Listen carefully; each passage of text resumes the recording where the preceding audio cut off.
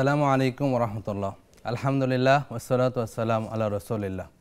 সবাইকে স্বাগত জানাচ্ছি আপনাদের প্রিয় চ্যানেল নেক্সাস টেলিভিশনের নিয়মিত আয়োজন বেকমেস বিস্কিটস নিবেদিত ইসলামী জীবন বিধানে। স্বাগত জানাচ্ছি ডাক্তার জোবায়ের আল মাহমুদ।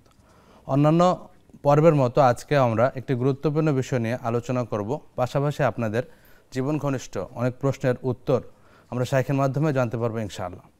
আজকে আপনাদের যে কোনো প্রশ্ন থাকলে স্ক্রিনে প্রদর্শিত নাম্বারটিতে ডায়াল করে সরাসরি আমাদের সাথে কথা বলতে পারেন অথবা সংযুক্ত হতে পারেন নেক্সাস টেলিভিশন ইসলামিক ফেসবুক পেজে এবং আমাদের ইউটিউব চ্যানেলে। আজকে আমাদের সাথে অতিথি হিসেবে আছেন শাইখ সাব্বির আহমদ খান আজহারি, শাইখুল হাদিস, দারুল মাকাম, উত্তরা, ঢাকা। শাইখকে স্বাগত জানাচ্ছি। আসসালামু আলাইকুম রহমতুল্লাহ। ওয়ালাইকুম আসসালাম রহমতুল্লাহ। শাইখ কেমন আছেন? আলহামদুলিল্লাহ ভালো আছি, আপনি কেমন আছেন? আলহামদুলিল্লাহ ভালো আছে। আপনাকে আমাদের অনুষ্ঠানে স্বাগতম। ধন্যবাদ। শাইখ, আজকে আমরা যে বিষয়টি নিয়ে আলোচনা করব সেটা হলো মানুষের ন্যায্য অধিকার নিশ্চিত করেছে ইসলাম। তো ইসলাম মানবাধিকারের বিষয়টাকে কিভাবে দেখে যদি একটু জানাতেন। বিসমিল্লাহ, আলহামদুলিল্লাহ, ওয়াসসালাতু ওয়াসসালামু আলা রাসূলিল্লাহ ওয়া আলা আলিহি ওয়া সাহবিহি ওয়া মান ওয়ালাহ, আম্মা বাদ। ইসলাম মানুষকে এই পৃথিবীতে সুন্দরভাবে সম্মানের সাথে বসবাস করবার জন্যে এবং তার সৃষ্টিকর্তার সাথে যেন তার সুসম্পর্ক থাকে এবং বন্দার সাথে পরস্পরে যেন সুসম্পর্ক থেকে বজায় রেখে সুন্দর একটি জীবন সে অর্জন করে লাভ করে এবং পরবর্তীতে আখেরাতেও যেন সফল হয়। তো মানুষের জীবনের শান্তি শৃঙ্খলা এবং তার সফলতার জন্যে যে মৌলিক যে জিনিস তার প্রয়োজন সেটা হচ্ছে তার ন্যায্য অধিকার সে পাচ্ছে কিনা। তো ইসলাম এটাকে খুবই গুরুত্ব দেয়। আল্লাহ রাব্বুল আলামিন কোরআনে কারিমে বলছেন, এ আদিলু, তোমরা সকলে মানে ইনসাফ ন্যায় ইনসাফের সাথে বা ইন্নাহু আকরাবু লিত্তাকওয়া, মানে তাকওয়া যেটাকে অর্জন করবার জন্য আল্লাহ রাব্বুল আলামিন বান্দাকে আদেশ করেছেন, এইটার সবচেয়ে কাছাকাছি যেই গুণটা তাকে নিয়ে যাবে সেটা হলো আদল ইনসাফ। মানুষের সাথে ন্যায় ইনসাফের সাথে আচার আচরণ প্রত্যেকে তার প্রাপ্যকে আদায় করে দেওয়া। তো ইসলামী শরিয়া মানুষের প্রতি যেই তার মৌলিক অধিকারগুলো রক্ষার ব্যাপারে গুরুত্ব দিয়েছে, সর্বপ্রথম হলো মানুষের জীবন রক্ষা করা। মানুষ দ্বারা যেন কারোর জীবন বিপন্ন না হয়, কারোর মৃত্যু না ঘটে। এই জন্য আল্লাহ রাব্বুল আলামিন কোরআনে কারিমে বলছেন যে ওমান কাতালা নাফসান বিগাইরি নাফসিন ফাকান্নামা কাতালা আন-নাস জামিআ। যে ব্যক্তি কাউকে হত্যা করলো অথচ সে অন্য কোনো মানুষকে হত্যা করলো না, অন্যায়ভাবে তাকে হত্যা করলো, যে এক হত্যাটাই যেন সারা পৃথিবীর সকল মানুষকে হত্যার সমতুল্য।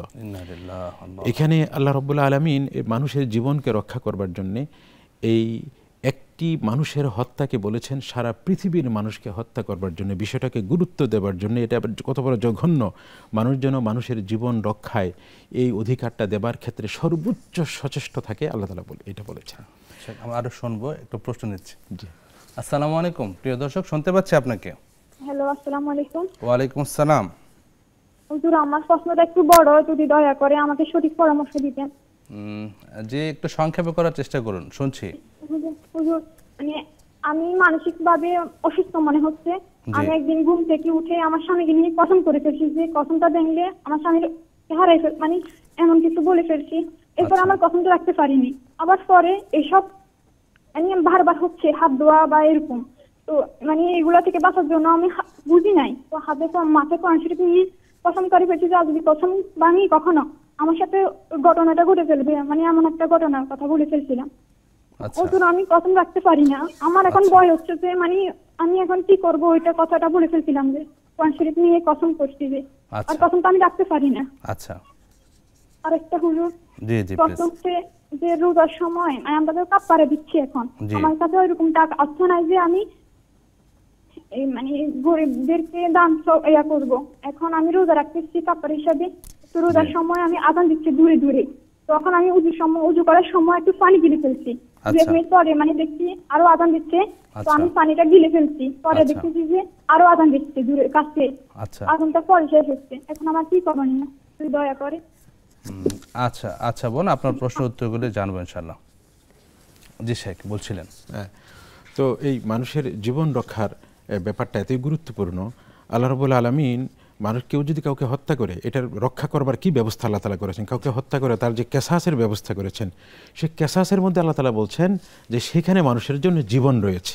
জি, এই জীবন রক্ষার জন্য আল্লাহ রাব্বুল আলামিন আরও মানুষকে নানা বিধান দিয়েছেন। এমনি মানুষকে হত্যা করা নিষেধ করেছেন, পাশাপাশি কাফারার ব্যবস্থা করেছেন, দিয়তের ব্যবস্থা করেছেন, এবং সেই সাথে কোনো মানুষ যেন তার বিবেক মস্তিষ্ক যেন ঠিক থাকে, কোনো হত্যার মতো কাজ করতে উদ্যত না হয়, সেই জন্য যে কোনো নেশা জাতীয় জিনিস, খামর, মদকে হারাম করেছেন, এবং এই যে কোনো নেশা জাতীয় জিনিসকে আল্লাহ রাব্বুল আলামিন হারাম করেছেন। এই জীবন রক্ষার পরবর্তীতে সাথে সাথে যেই ব্যাপারটা আল্লাহ রাব্বুল আলামিন সবচেয়ে বেশি গুরুত্ব দিয়েছেন, যে তার বান্দা হিসাবে একজন মানুষের আল্লাহ তাআলার সাথে যে পরিচয়, ধর্মীয় যে অধিকার, এইটা ইসলাম সংরক্ষণ করেছে। এবং বিশেষ করে আল্লাহ তাআলার দ্বীন মানতে যেন কেউ বাধা সৃষ্টি না করে, সেটা কোরআনে বারবার সেটাকে অনেক বড় অপরাধ হিসাবে উল্লেখ করা হয়েছে।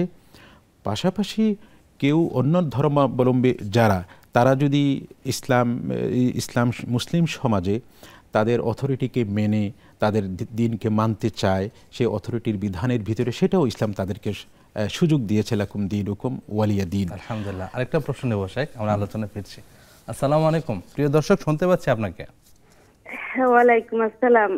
জি হুজুর, আমি নামাজে যে প্রতি রাকাতে সূরা ফাতিহার আগে প্রতি রাকাতে কি আউযুবিল্লাহ বিসমিল্লাহ পড়তে হবে, না শুধু বিসমিল্লাহ বলতে হবে, এটা একটু বুঝে বলবেন। আর হচ্ছে ওই মাগরিবি ফরজে যে ওজিফাগুলো পড়ি, তো তার ভিতর এই টেলিভিশন থেকেই শুনেছি সবকিছু সঠিক হয়, কিন্তু আরেকটা জিনিস ওই বিসমিল্লাহির রহমানির রহিম 19 বার বলা। আচ্ছা। আর হচ্ছে ওই জান্নাতের জন্য যে আল্লাহুম্মা ইন্না নাসআলুকাল জান্নাহ, ইন্নী আসআলুকাল জান্নাহ, জি হ্যাঁ, এটা 8 বার বলে, এটা কি ঠিক আছে কিনা? 8 বার মানে সংখ্যা নির্ধারণ করে বিভিন্ন ওজিফা ইসলাম কি বলে জানতে চাচ্ছেন, তাই তো? হ্যাঁ হ্যাঁ, মানে 8 বার বলি ওটা, আর একটা আল্লাহুম্মা আজারনি মিনান নার, এটা 7 বার বলি। 7 বার বলে, এটা কি সঠিক আছে কিনা? আর ওই বিসমিল্লাহটা 19 বার বলি। আচ্ছা, তাই এটা কি সঠিক আছে কিনা? আচ্ছা, আমরা জানবো। আর হচ্ছে ওই ফাতিহা, সূরা ফাতিহার প্রথমে প্রতি রাকাতে নামাজে আউযুবিল্লাহ বলতে হবে কিনা? আচ্ছা, আপনার প্রশ্ন বুঝতে পেরেছি বোন, ধন্যবাদ। শেখ, আমরা প্রশ্নে যাই আগে। হ্যাঁ, আচ্ছা জি। তো আমাদের একজন বোন প্রশ্ন করেছেন, তিনি মাথায় কসম, মানে মাথায় কোরআন ছুঁয়ে স্বামীর সাথে একটা বিষয় নিয়ে কসম করেছেন, পরে তিনি কসম রাখতে পারেননি, ওই ক্ষেত্রে করণীয় কি, মানে কসম ভঙ্গের কাফারা কি, বা এই রিলেটেড বিষয়গুলো যদি ক্লিয়ার করতে। হ্যাঁ, উনি যদি আল্লাহর নামে কসম করে থাকেন তাহলে সেটা তাকে মান্য করতে হবে, যদি সেই কাজটা হারাম না হয়। আচ্ছা। আর সেই কাজটা যদি হারাম হয় তাহলে তাকে কসম ভঙ্গ করে কাফারা দিয়ে দিতে হবে। এটা পূরণ করার চেষ্টাও করা উচিত নয়। তো বোন কিসের কসম, মানে যে কাজটা করবেন বলে বা করবেন না বলেন, এটাই যদি বৈধ হয়ে থাকে তাহলে তার কসমটা পূর্ণ করা উচিত ছিল। আচ্ছা। তো সর্বাবস্থায় উলামায়ে কেরাম কাফারা দিতে বলেন। তবে হারাম ক্ষেত্রে যদি যে কাজটা হারাম কাজ, এটা আমি অবশ্যই করব, বা যেটা বর্জন করা হারাম এটা অবশ্যই করব না, কসম খেয়ে বলে, তাহলে হালালটাকে তার করা উচিত। এই ক্ষেত্রে কোনো কোনো ইসলামিক স্কলার বলেন যে কাফারা দিতে হবে, আবার কেউ বলেন যে যেহেতু এটা কসমই হয় নাই, কাফারা দিতে হবে না। তো সেই ক্ষেত্রে বোন কি মানে করবেন, কি কসম করেছেন, সেই কাজটা কীরকম, যেমনই হোক, আমাদের দেশে ইসলামিক স্কলারদের মতে সর্বাবস্থায় কাফারা দেওয়াটা উত্তম। আচ্ছা। কসমের উনি কাফারা দিবেন, তবে কসমের মধ্যে না যাওয়াটাই সবচেয়ে উত্তম। হ্যাঁ, রাসূলুল্লাহ সাল্লাল্লাহু আলাইহি ওয়াসাল্লাম নিষেধ করেছেন। জি। আর কিয়ামতের আগে কসম বেশি বেড়ে যাবে, এটা রাসূলুল্লাহ সতর্কবাণী করেছেন। কিয়ামতের আলামত। জি, জাযাকাল্লাহ বোন, আশা করি উত্তরটা বুঝতে পেরেছেন। এরপরও আপনার কসমের পরিধিটা কেমন ছিল বিস্তারিত আপনি নিকটস্থ আলেমের কাছ থেকে সবগুলো বিষয় ক্লিয়ার করে বিষয়টা জেনে নেবেন ইনশাআল্লাহ। আমাদের আরেকজন দর্শক আছেন। জি, শুনতে পাচ্ছি আপনাকে। আসসালামু আলাইকুম। ওয়ালাইকুম আসসালাম। জি ভাই, বলুন। ভাই কেমন আছেন? জি আলহামদুলিল্লাহ ভালো আছি, আপনারা কেমন আছেন? ভাই বলছিলাম যে এশার নামাজে, আলহামদুলিল্লাহ ভাই ভালো আছি। জি, বলছিলাম এশার নামাজে যে বেতেরের নামাজটা আছে, সেখানে দোয়াই কুনুতের সময় তাকবীর বলে, আচ্ছা। দোয়াই কুনুত পড়তে হয়। জি। সেই সময় যদি দোয়াই কুনুত না পারাই সূরা ইখলাস পড়লে কি নামাজটা হবে? আচ্ছা আচ্ছা, অন্য কোনো প্রশ্ন আছে ভাই? না ভাই, এটাই। আচ্ছা, আমরা বিষয়টা জানবো ইনশাল্লাহ। আচ্ছা, ওই বোন আরেকটা প্রশ্ন করেছিলেন যে উনি কাফফারার রোজা রাখছিলেন, তো ওই সময় উনি ভুলে পানি গিলে ফেলেছেন, তখন আজান হচ্ছিল, ওই সিয়ামটার ক্ষেত্রে কি করবেন বোন? জি, আমি উত্তর দেওয়ার আগে একটু সম্পর্ক কথা বলতে চাই। জি। কাফফারা এক জিনিস, কাজা আরেক জিনিস। জি। তো বোন সম্ভবত কাফফারা রোজা তো অনেক, জি। একটা রোজার জন্য 60টা রোজা রাখতে হয়। জি। তো বোন সম্ভবত কাজা রোজায় রাখছিলেন। জি। তো এই ক্ষেত্রে ভুলে যদি পানি খেয়ে ফেলেন তাহলে আল্লাহ তাআলাই তাকে খাইয়েছেন, হাদিস শরীফে এসেছে। জি। ওয়াইন্নামা ইউতিমুহু রাব্বুহু ওয়া ইয়াসকি। আল্লাহ তাআলা তাকে খাওয়ার ব্যবস্থা করেন, রোজা কিচ্ছু হবে না। ইচ্ছাকৃতভাবে খেলে তখন রোজা ভঙ্গ হয়। জাযাকাল্লাহ খায়র। শেখ আরেক বোন প্রশ্ন করেছিলেন, অন্য আরেক বোন, যে সালাত আদায়কালীন প্রত্যেকবার সূরা ফাতিহা পড়ার আগে কি তাওয়াজ, তাসমিয়া, আউযুবিল্লাহ, বিসমিল্লাহ দুটোই পড়তে হবে নাকি কোনো পার্থক্য আছে প্রথম, দ্বিতীয়, তৃতীয় ওই রাকাতের ক্ষেত্রে? সাধারণত বিসমিল্লাহ এটা সুন্নাহ। জি। আর প্রথম রাকাতে তাওয়াজ সহ সুন্নাহ। প্রথম রাকাতে আউযুবিল্লাহ সহ শুরু করবেন, আর পরবর্তী রাকাতে শুধু বিসমিল্লাহ শুরু করলে হবে। জাযাকাল্লাহ খাইরান শেখ। আরেকটা প্রশ্ন করেছিলেন বোন, তিনি ওজিফার ক্ষেত্রে প্রশ্ন করেছেন যে বিসমিল্লাহ 19 বার পড়া, আল্লাহুম্মা ইন্নী আসআলুকাল জান্নাহ 8 বার পড়া, আল্লাহুম্মা আজিনি মিনান নার 7 বার পড়া, ওইটা সংখ্যাটা কি ঠিক আছে নাকি কোনো সংশোধনের প্রয়োজন? বিশেষ করে আপনার বিসমিল্লাহ 19 বার পড়া, ওই বিষয়টা যদি একটু বলতেন। জি। আসলে আমরা এই তাসবিহাতগুলো পাঠ করি আল্লাহ তাআলার ইবাদত করবার জন্য। আর ইবাদতের মূল নিয়ম হলো রাসূল সাল্লাল্লাহু আলাইহি ওয়াসাল্লাম আমাদেরকে যেভাবে শিখিয়েছেন, কোনোটা যদি সংখ্যা সহ শিখান তাহলে ওই জিকিরটা আমরা সংখ্যা সহ করব। আর এমনি কোনো ফজিলতপূর্ণ যখন জিকির হয় তখন সেটা কোনো সংখ্যার সাথে নির্ধারণ না করে আমরা যত বেশি পড়তে পারি। তো সেই হিসাবে বিসমিল্লাহ বরকতপূর্ণ জিকির, তো এটা যত বেশি আমরা পড়তে পারি, কোনো সংখ্যা হাদিস শরীফে আমরা পাইনি। আর অন্য সিগায়, অন্য ভাষ্যে, অন্য শব্দে এসেছে বিসমিল্লাহিল্লাযী লা ইয়াদুররু মা ইসমিহি শাইউন ফিল আরদি ওয়ালা ফিস সামা ওয়া হুয়াস সামিউল আলিম, এই জাতীয় কালিমাগুলো আছে হাদিস শরীফে 3 বার। শুধু বিসমিল্লাহর আমরা সংখ্যা পাই না, যত বেশি পড়তে পারে, কম পড়লেও সমস্যা নাই। আর আল্লাহুম্মা আজরিনি মিনান নার, এটা 7 বারের সংখ্যাটা উল্লেখিত হয়েছে হাদিসে, কিছু হাদিসে এসেছে। জি। জাযাকাল্লাহ খাইরান শেখ। তবে শেখ এখানে উল্লেখ করার বিষয় হলো বিসমিল্লাহ 19 বার, এই জাতীয় রিওয়ায়াত আমার জানা মতে জি, আমার জানা মতে। আর আল্লাহুম্মা ইন্নী আসআলুকাল জান্নাহ ওটা 8 বার পড়ার বিষয়টাও নেই। হ্যাঁ, সংখ্যাটা আমি সেজন্য বললাম নির্দিষ্ট না। জি, জাযাকাল্লাহ। আমরা আল্লাহর ইবাদত করব যেভাবে এসেছে সেইভাবে। জি জি জি, সামিয়ানা ওয়া তাআনা, যেমনটা শুনলাম তেমনটা মানবেন ইনশাআল্লাহ। আরেকজন দর্শক আছেন আমাদের সাথে। আসসালামু আলাইকুম। ওয়ালাইকুম আসসালাম ওয়া রাহমাতুল্লাহি ওয়া বারাকাতুহু। হুজুর, আপনারা ভালো আছেন? জি, আলহামদুলিল্লাহ ভালো আছি। আমি ধরমপাশা সুনামগঞ্জ থেকে ইনুস বলছিলাম। জি, প্লিজ। আমার প্রশ্ন, দুইটা প্রশ্ন হুজুর। প্রথম প্রশ্ন হলো যে কোন সালাতে সূরা ধারাবাহিকতা ঠিক রেখে আয়াতুল কুরসি এবং সূরা হাসরের 3 আয়াত পড়া যাবে কিনা? আচ্ছা। আর 2 নম্বর প্রশ্ন হলো, রাসূল সাল্লাল্লাহু আলাইহি সাল্লাম বলেন যে 13 সিদ্দিক পার হয়ে গেলে এমন একটা সময় আসবে, আঘাত গাঢ় হবে, মানুষ হবে, অর্থাৎ যে যেটার উপযুক্ত না সেই কাজই করবে, হ্যাঁ, ওই জায়গায় অবস্থান করবে। আমরা কি সেই যুগটা পার করছি কিনা? আচ্ছা, ঠিক আছে। অন্য কোনো প্রশ্ন আছে ভাই? জি না, আর প্রশ্ন নেই। অসংখ্য ধন্যবাদ। প্রিয় দর্শক, আপনারা দেখছেন আপনাদের প্রিয় অনুষ্ঠান বেকমেস বিস্কিটস নিবেদিত ইসলামী জীবন বিধান। নিচ্ছে একটা ছোট্ট বিরতি, ফিরছি কিছুক্ষণ পর, আমাদের সাথেই থাকুন।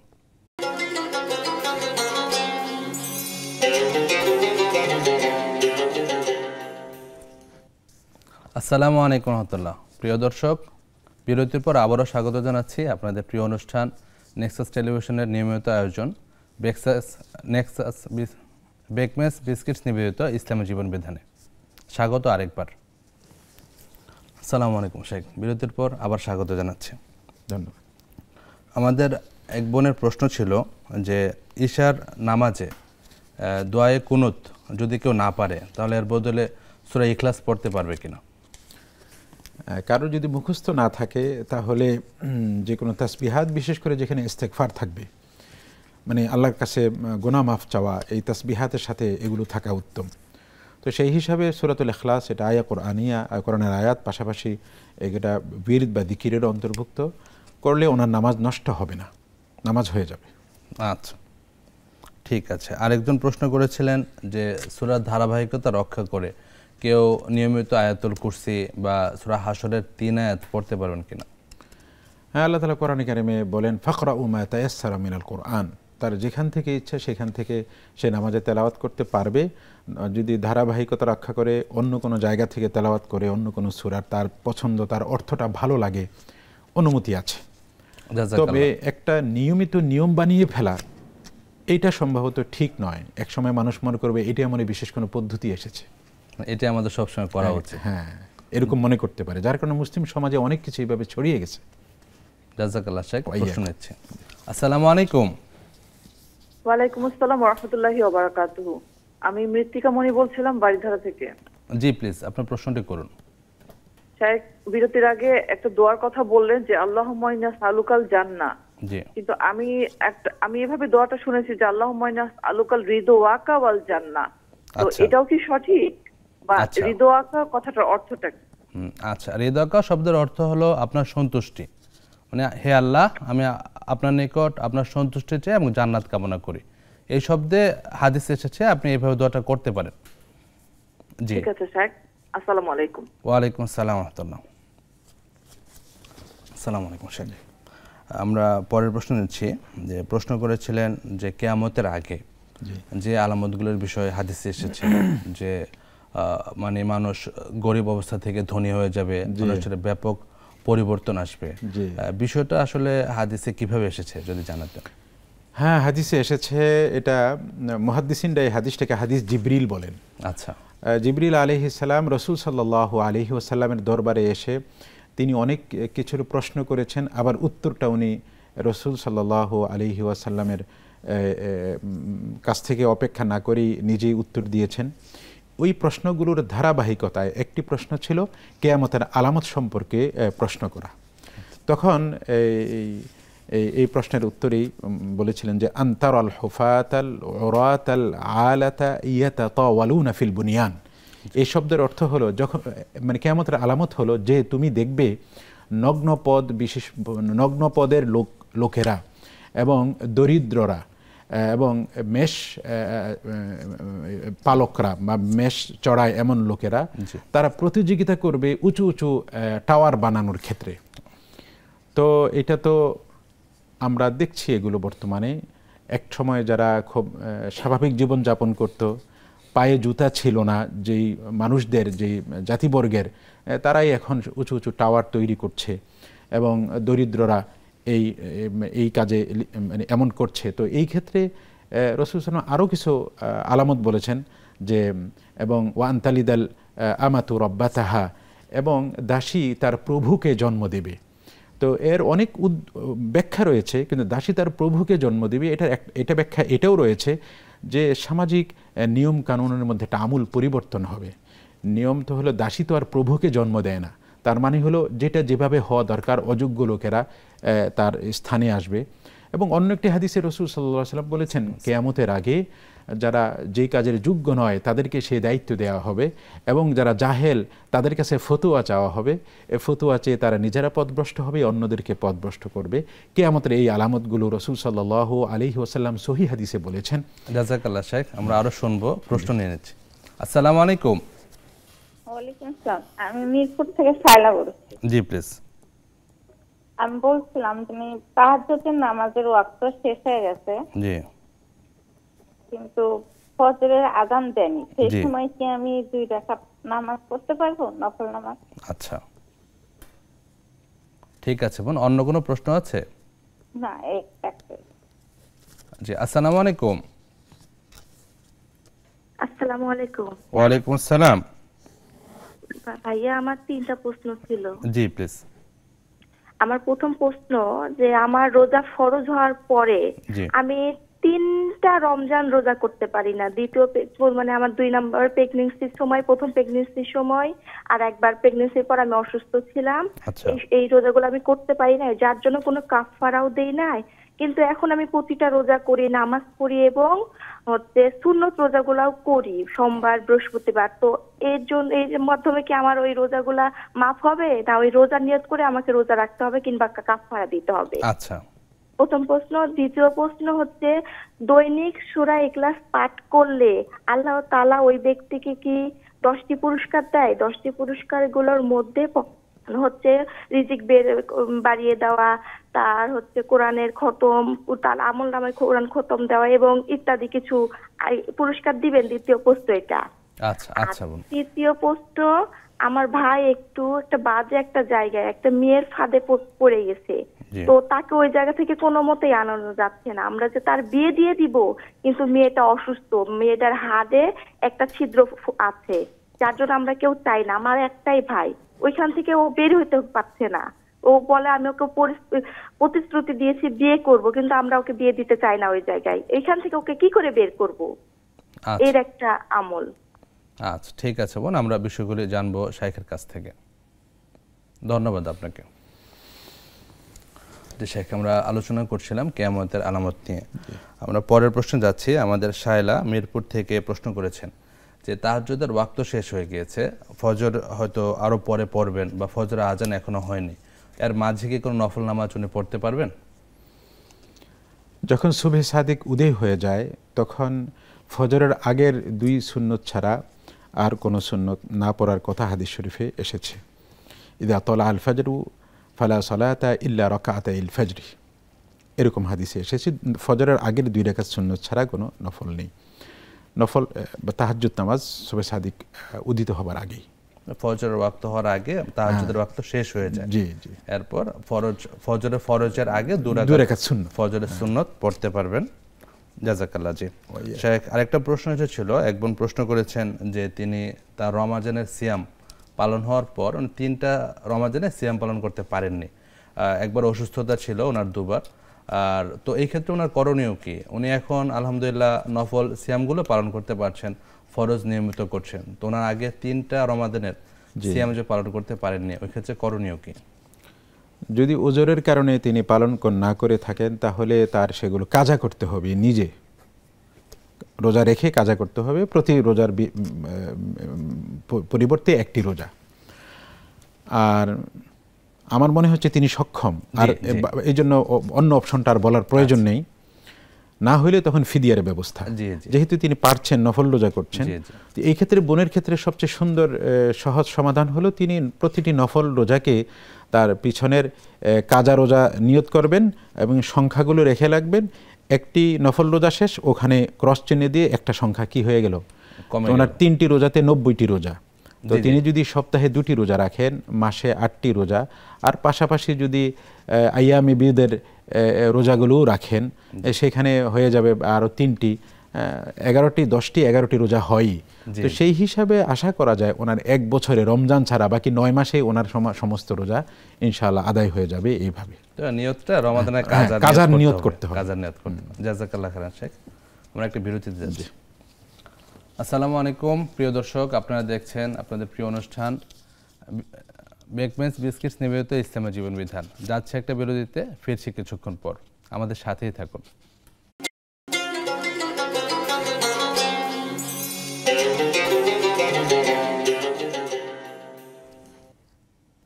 আসসালামু আলাইকুম প্রিয় দর্শক, আপনাদের আবারও স্বাগত জানাচ্ছি আপনাদের প্রিয় অনুষ্ঠান বেকমেন্স বিস্কিটস নিবেদিত ইসলামী জীবন বিধানে। আমরা শাইখের কাছ থেকে অনেক গুরুত্বপূর্ণ আলোচনা শুনছি এবং অনেকগুলি প্রশ্নের উত্তর জানছি। আমাদের সাথেই থাকুন। আসসালামু আলাইকুম শেখ। ওয়ালাইকুম আসসালাম ওয়া রাহমাতুল্লাহ। আবারও স্বাগত জানাচ্ছি শেখ বিরতির পর। ধন্যবাদ। তো বিরতির আগে আমাদের এক বোন প্রশ্ন করেছিলেন সূরা ইখলাসের ফজিলত সম্পর্কে, যে সূরা ইখলাস পাঠ করলে 10টা পুরস্কারের কথা আছে কিনা, বা কতবার পাঠ করলে কি হয়, এই বিষয়টা যদি বিস্তারিত জানাতেন। বোন কিছু ফজিলত উল্লেখ করেছিলেন, এর মধ্যে আমরা হাদিসে যেটা পাই সেটা হলো সূরাতুল ইখলাসকে রাসূল সাল্লাল্লাহু আলাইহি ওয়াসাল্লাম আল কোরআনের 1/3 বলে অভিহিত করেছেন। তো এটা অনেক বড় ফজিলত। আমরা কোরআন 3 বার পড়লে কোরআন খতমের সওয়াব হয়, এই ফজিলত হাদিস দ্বারা প্রমাণিত। আর 10 বার পড়লে আল্লাহ রাব্বুল আলামিন তার জন্য একটি জান্নাতে একটি বাড়ি নির্মাণ করেন। তো এই ফজিলত তো আলহামদুলিল্লাহ সহিহ হাদিস দ্বারা সাবেত। জি। আর অনেক ধরনের রেওয়ায়েত আছে, আমরা সহিহ হাদিসের রেওয়ায়েতগুলোর উপর আমল করব এবং এগুলোর উপর নির্ভর করব। এগুলোর সওয়াব আলহামদুলিল্লাহ আমরা যদি অর্জন করি আর কোনো কিছুর প্রয়োজন নাই নিঃসন্দেহে। আর পাশাপাশি কোরআন কারীমের একটা হরফ 10টা করে নেকি হচ্ছে। জি জি আলহামদুলিল্লাহ। আমরা সবাই বিশেষ করে সূরা ইখলাসটা বেশি বেশি তিলাওয়াতের চেষ্টা করব ইনশাআল্লাহ। এরপর ওই বোনে আরেকটা প্রশ্ন করেছিলেন যে তার ভাই একটা মেয়ে ঘটিত সমস্যায় জর্জরিত বা একটা মেয়ের সাথে রিলেশন হয়েছে, তো ওর ভাই কথা দিয়েছিলেন যে ওই মেয়েকে বিয়ে করবেন, তো মেয়ের অসুস্থতার কারণে তার পরিবার চাচ্ছে না, তো ওই ভাই তার নারী ঘটিত যে ফিতনাটা আছে তা থেকে কিভাবে বের হতে পারেন বা বেঁচে থাকতে পারেন, ওটার যদি কোনো আমল বলতেন। যে কোনো গুনাহ থেকে বেঁচে থাকার সবচেয়ে বড় আমল হলো আল্লাহ তাআলার কাছে তৌফিক কামনা করা এবং ইস্তিগফার করতে থাকা। তখন আল্লাহ তাআলা তাকে গুনাহ থেকে বেঁচে থাকার তৌফিক দেন এবং বেশি বেশি নেক আমল করা, দান করা। ইন্নাল হাসানাত ইউযহিবুনাস সাইয়্যাত, মানে নেক আমলগুলো পাপকে মুছে দেয় এবং পাপ করার রাস্তা থেকেও দূরে রাখে। আর এটা আসলে একটা ব্যক্তি সমস্যা না, এটা বর্তমান সময়ের একটি বড় ধরনের সমস্যা। এই জন্যই কোরআনে কারিমে চোখের হেফাজত করা এবং পরপুরুষ পর নারীর সাথে একসাথে কাছাকাছি যাওয়া থেকে নিষেধ করা হয়েছে, পর্দার বিধান দেওয়া হয়েছে, হিজাবের বিধান দেওয়া হয়েছে। এই জিনিসগুলো আমরা এই ঘটনা থেকে আমরা নিজেরা প্রত্যেকের অধীনস্থ সন্তান সন্ততি ভাই বোনদেরকে আমরা এই ইসলামী এই বিধানগুলোর উপর তাদেরকে চলতে উদ্বুদ্ধ করা উচিত এবং খেয়াল রাখা উচিত। এবং এই ভাই বা এই ভাইয়ের পরিবার নিজে বেশি ইস্তেগফার করবেন, এই আল্লাহ তাআলার কাছে তৌফিক কামনা করবেন। আর বিবাহ করবার জন্যে সবচেয়ে উত্তম পাত্রী হলো দিনদার পাত্রী। রাসূল সাল্লাল্লাহু আলাইহি ওয়াসাল্লাম বলেছেন, সাধারণত 4টি গুণ বিবেচনা করে নারীর বিবাহ করা হয়, তার সৌন্দর্য, তার বংশ, তার অর্থ এবং তার ধার্মিকতা। তবে সবচেয়ে উত্তম নারী হলো ফাদফার বিদায়াতিদ দ্বীন, যার ধার্মিকতা রয়েছে তাকেই বিবাহ করা। আমরা এই ভাইকে পরামর্শ দিব যে আপনি দিনদারিয়তের ভিত্তিতে আপনি বিবাহ করেন এবং এটাই উত্তম। আর কেউ যদি অসুস্থ নারীকে বিবাহ করতে চায় তার জন্য বৈধ এবং তাকে পরিত্যাগ করাও কি বৈধ। জাযাকাল্লাহ শেখ। প্রশ্ন নিচ্ছি। জি, আসসালামু আলাইকুম।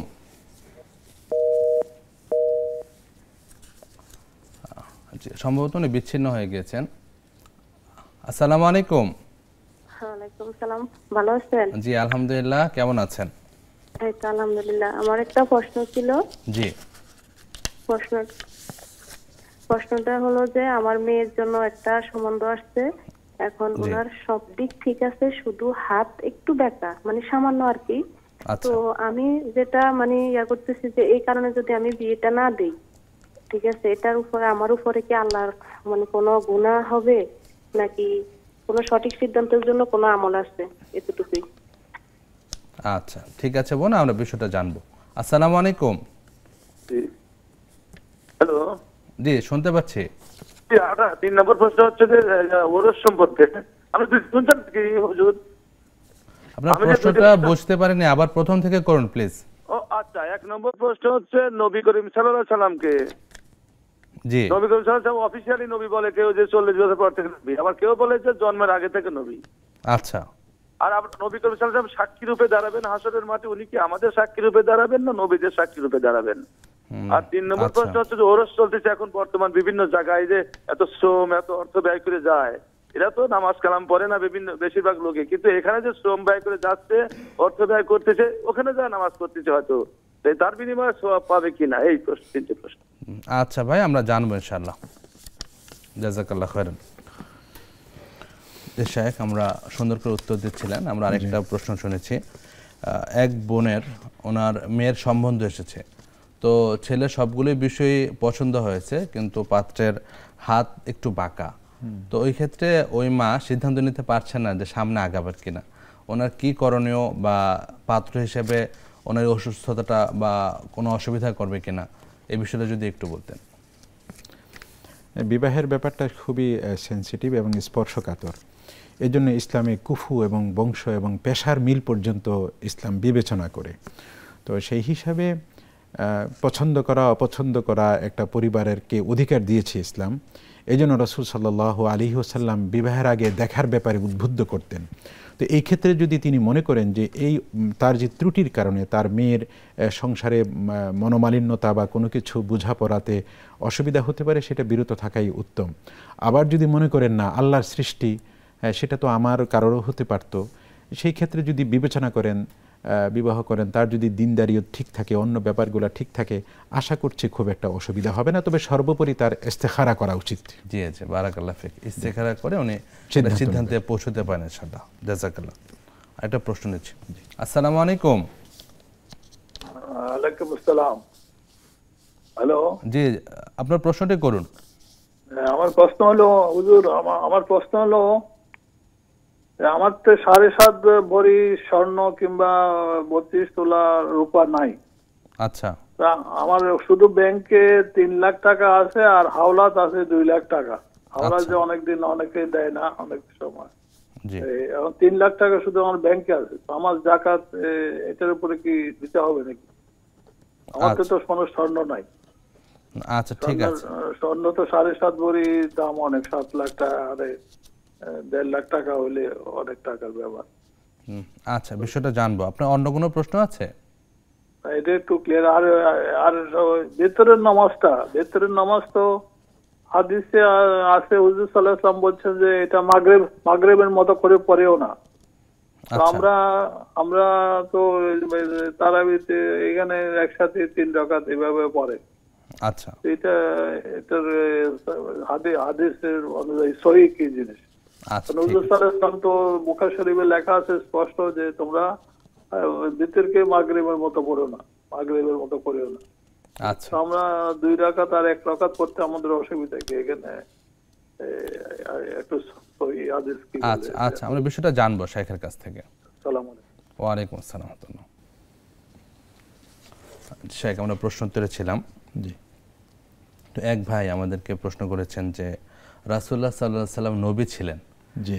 তো তিনি নবী কি জন্মের সময় থেকে ছিলেন, নাকি 40 বছর বয়সে যে নবুয়ত পেয়েছেন তিনি তখন নবী হয়েছেন, বা নবী হিসেবে স্বীকৃতি পাওয়া আর নবুয়তের দায়িত্ব পালন শুরু হওয়া, বিষয়টা যদি একটু ক্লিয়ার করতেন। রাসূল সাল্লাল্লাহু আলাইহি ওয়াসাল্লামের জীবন আমাদের জন্য আদর্শ এবং তার জীবনের প্রতিটি খুঁটিনাটি বিষয় আমাদের জানাটা খুবই গুরুত্বপূর্ণ, তার জন্ম থেকে মৃত্যু পর্যন্ত। তো সেই হিসাবে সিরাতের মধ্যে আমরা পাই রাসূল সাল্লাল্লাহু আলাইহি ওয়াসাল্লাম 40 বছর বয়সে তার কাছে নবুয়ত প্রাপ্ত হন। তবে আল্লাহর এলেমের মধ্যে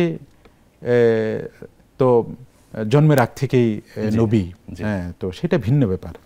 আর আমরা তাকে নবী হিসাবে মানছি এবং শরীয়ত প্রণেতা, শরীয়ত দান করেছেন, দিন ইসলামের নবী হিসাবে তার 40 বছর বয়স থেকেই। এটা নিয়ে একটু টুকটাক বিতর্ক আছে, অনেকেই অনেক কথা বলেন। আমি অনেক স্কলারকে দেখেছি এটাকেই তারা প্রাধান্য দিচ্ছেন। তো আমি এমনটাই মনে করছি। জাযাকাল্লাহ। দর্শক, আশা করি বিষয়টা আপনার কাছে ক্লিয়ার হয়েছে যে তিনি নবী ছিলেন আল্লাহ তাআলার ইলমে, এবং হাদিসে এসেছে যে আদম আলাইহিস সালামকে রূহ ফুঁকে দেওয়ার আগে তিনি যে নবী ছিলেন বা নবী হবেন এটা নিশ্চিত ছিল, আল্লাহ সুবহানাহু ওয়া তাআলা জানতেন। তবে তিনি আমাদের যে শরীয়ত নিয়ে এসেছেন, তিনি নবুয়ত পাওয়ার পর 40 বছর বয়সের পর থেকে তিনি যে আদেশ নিষেধ আমাদেরকে করেছেন সেটা আমাদের মানাটাই আমাদের জীবন চলার পাথে হয়ে দাঁড়াবে। এবং তার জীবন থেকে, তার নবুয়ত পূর্ব জীবন থেকেও আমাদের যে ভালো দিকগুলি আছে এটা বাস্তবিক অর্থে ইসলামের শিক্ষা, এবং তার পুরো জীবনীটাই আমাদের জন্য আমাদের চলার পথের পাথেও। তবে শরীরে যে বিষয়গুলি বা কোরআন সুন্নাহ যেভাবে এসেছে আমাদের এইভাবে বিষয়গুলি মেনে চলতে হবে। আশা করি বিষয়টা স্পষ্ট হয়েছে। প্রিয় দর্শক, আমরা একটি বিরতিতে যাচ্ছি। আপনারা দেখছেন বেকমেন্স বিস্কিটস নিবেদিত ইসলামী জীবন বিধান। ফিরছি একটু পর।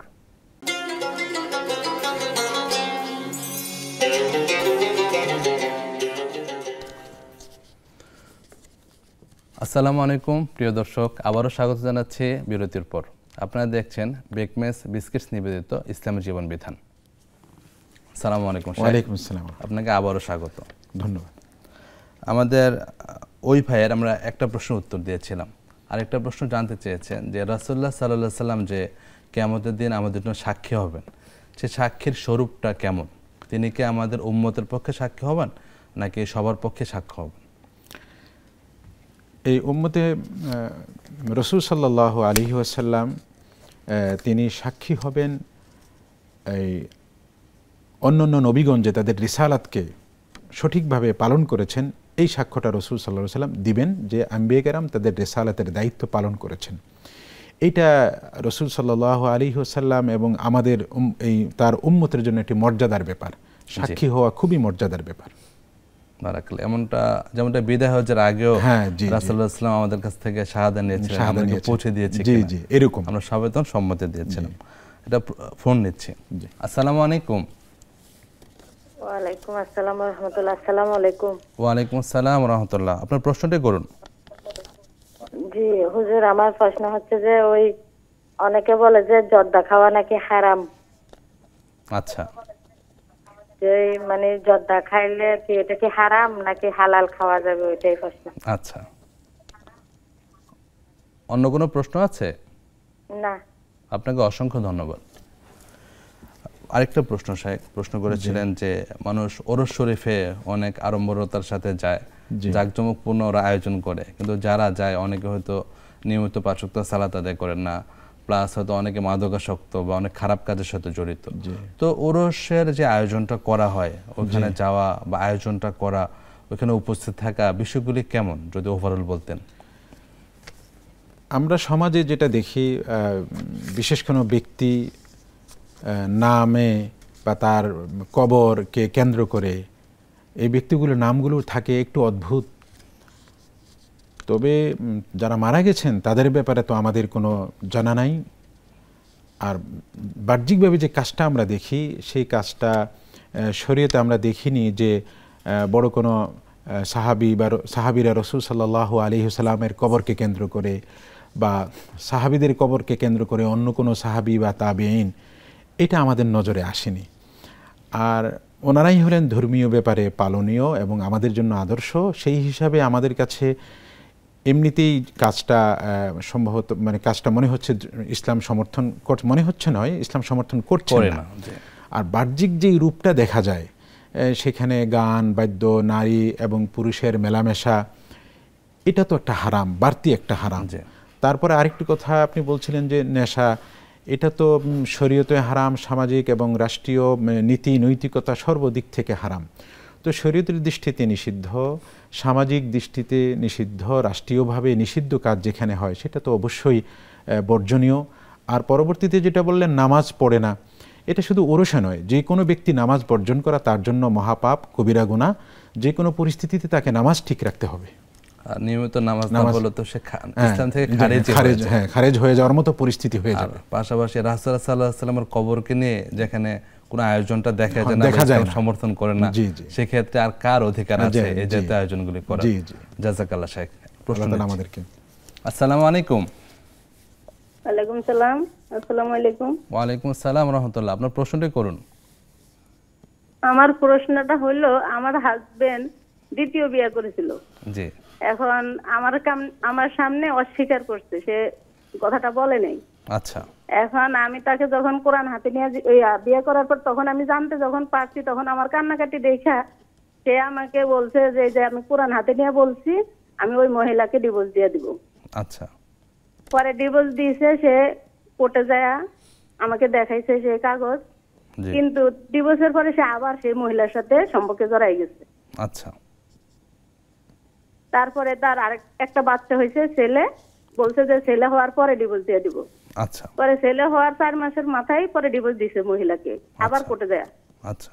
তারপরে আবারও সেই মহিলার সাথে আবার সম্পর্ক। আচ্ছা। যখন আমি বলছি তখন বলে যে আমি তো বলি নাই যে কোরআন হাতে নিয়ে যে মহিলাকে তালাক দিব, রাখবো না। আচ্ছা। এটা তো আমি বলি নাই। আচ্ছা। পরে আবার বলে যে মহিলার বাচ্চা হয়ে নেক, তারপরে আমি তালাক দিয়ে দিব, তুমি কান্নাকাটি করো না, মহিলাকে আমি রাখবো না, মহিলা খারাপ আর কি। পরে যা আবার বললো কি কোরআন হাতে নিয়ে আবার বললো যে ডিভোর্স দিয়ে দিব, তুমি কান্নাকাটি করো না। তা আমি তো ওইবার তো বলছো কোরআন হাতে নিয়ে যে ডিভোর্স দিয়ে দিবা, তারপরে আবার রাখছো, তাহলে এবার আবার এই কথা বলতেছো কেন? তাহলে এবার বলতে হবে ডিভোর্স দিবা কিন্তু রাখবা না, এটা বলতে হবে কোরআন হাতে নিয়ে। তখন সে বলছে। আচ্ছা। আবার আমরা হজ করছি, স্বামী স্ত্রী হজে গেছি, তখন এই হেরাম শরীফের ভিতরেও আমি তাকে হাত ধরে জিজ্ঞেস করতেছি যে আপনি বলেন সে আপনার কয়টা স্ত্রী? আমি দেখলাম যে সে কি বলে, সত্য কথা বলে না মিথ্যা কথা বলে। বললো যে আমার একটাই স্ত্রী নার্গিস। আমার নাম বললো। আচ্ছা আর মরণ ঠিক পর্যন্ত আছে ওই নার্গিসই থাকবে। আচ্ছা ঠিক আছে এখন সে ওই মহিলার সাথে সম্পর্কে আছে, কিন্তু তার আরেকটা বাচ্চাও হয়েছে, এভাবে সে সম্পর্কে জড়াই দিছে। এখন এটা কি সে ভালো করতেছে না মন্দ করতেছে, পাপ হইতেছে না কি হইতেছে? আচ্ছা আচ্ছা আমি এই ঠিক আছে, প্রশ্নটা আপনাদের কাছে জানতে চাই। জি আমরা জানার চেষ্টা করব, ধন্যবাদ। এক ভাই আমাদের প্রশ্ন করেছিলেন যে ওনার কাছে 7.5 ভরি স্বর্ণ নেই, প্লাস 52.5 তোলা রূপাও নেই, ওনার কাছে 3 লক্ষ টাকা আছে ব্যাংকে জমা, আর 2 লাখ টাকা উনি ঋণ আছেন।